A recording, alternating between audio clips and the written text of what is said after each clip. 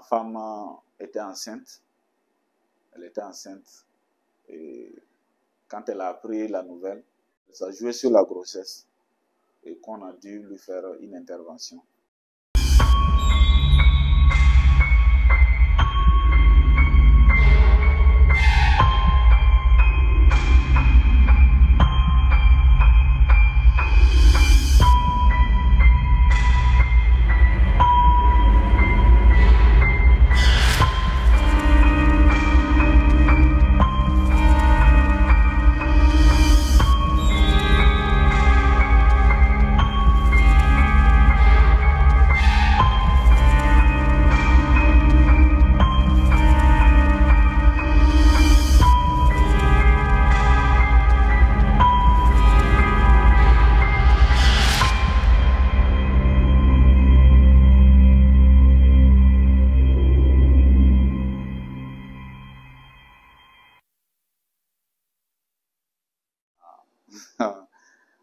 Je suis à ma 9e intervention et je n'en ai pas fini.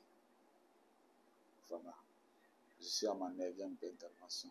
Bon, je ne connais pas les termes techniques de la médecine, mais ils ont enlevé la balle et puis coupé parce qu'il y a des parties qui avaient commencé à pourrir déjà. Donc ils ont enlevé ça. Et la plaie était tellement large que vraiment c'était difficile pour que ça guérisse. Ils ont fait des prélèvements de peau. J'ai les cicatrices, les séquelles ici. Ils ont fait des prélèvements de peau, greffé la partie. Et ensuite, la plaie s'est guérie. On m'a opéré, on a mis un fer, mais ça n'a pas pris. J'ai eu des infections. On a réouvert encore, enlevé, soigné cette plaie. Et tellement que l'os était presque... La grande partie de l'os de la jambe était partie. Et on a opéré l'autre pied, enlevé l'os là-bas. Et c'est ce qui est greffé actuellement à ma jambe gauche. Ça veut dire qu'on a enlevé un os au niveau du pied droit et venu greffer ça aux parties qui n'existaient pas au niveau de la jambe gauche. Et il me reste toujours à intervenir dessus. Parce que l'infection n'est pas totalement partie. Il faut réopérer et enlever les fers. Et bon, les médecins vont décider de la suite. Ça a causé en tout cas beaucoup de conséquences. Beaucoup de conséquences. Parce que moi, personnellement, aujourd'hui, bon, je vois que mes camarades sont au front. Nous, on est là, ça nous fait mal. On aurait aimé être en jambes, mener notre vie et les soutenir, toujours combattre avec eux.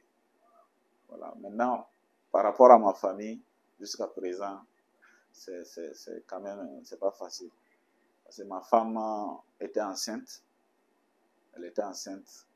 Et quand elle a appris la nouvelle, c'était difficile de lui en dire. Mais quand elle a appris la nouvelle, ça jouait sur la grossesse et qu'on a dû lui faire une intervention. Voilà, donc elle a accouché par césarienne. Dieu merci, cela s'est bien passé. L'enfant aura 2 ans en novembre et en tout cas, il se porte bien. Ma femme se porte bien, l'enfant se porte bien, il n'y a pas de problème. Mais notre quotidien, ça joue beaucoup là-dessus. C'est moins de choses, il faut... Voilà. Donc, je ne peux pas dire que ce n'est pas sans conséquence sur la famille. Voilà, parce que tu es assis, tu es couché, tout ce que tu veux, il faut qu'il y ait quelqu'un.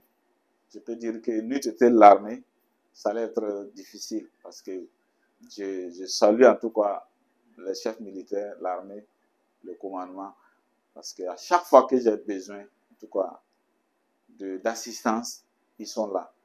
J'ai passé plusieurs jours, plusieurs mois à l'hôpital ici. Et c'est chaque jour que Dieu fait, il y a quelqu'un, un collègue militaire qui est à mes cheveux, qui fait tout pour moi. Même les évacuations, même quand on m'a amené à la maison, quand je reviens pour les soins, vraiment la BNSP a brûlé pour ça. On m'amène, on me ramène, on m'amène, on me ramène. En tout cas, c'est là, sans eux, ça allait être un peu compliqué. Ça allait être très, très difficile.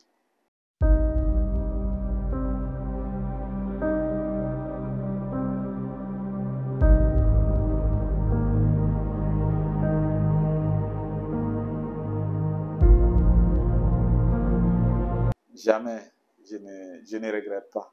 Jamais je ne regrette pas. Parce que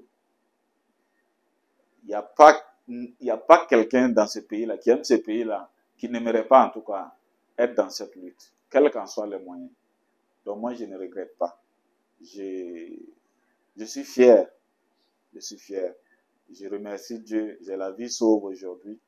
Je, je suis fier de moi. Je ne regrette pas. Je ne regrette pas du tout. Parce que cette lutte, qui la fera à notre place? Même si je n'étais pas militaire et que je suis bien portant, j'ai la force, je pense que ça en vaut la peine. Voilà. Donc je ne regrette pas. Absolument pas.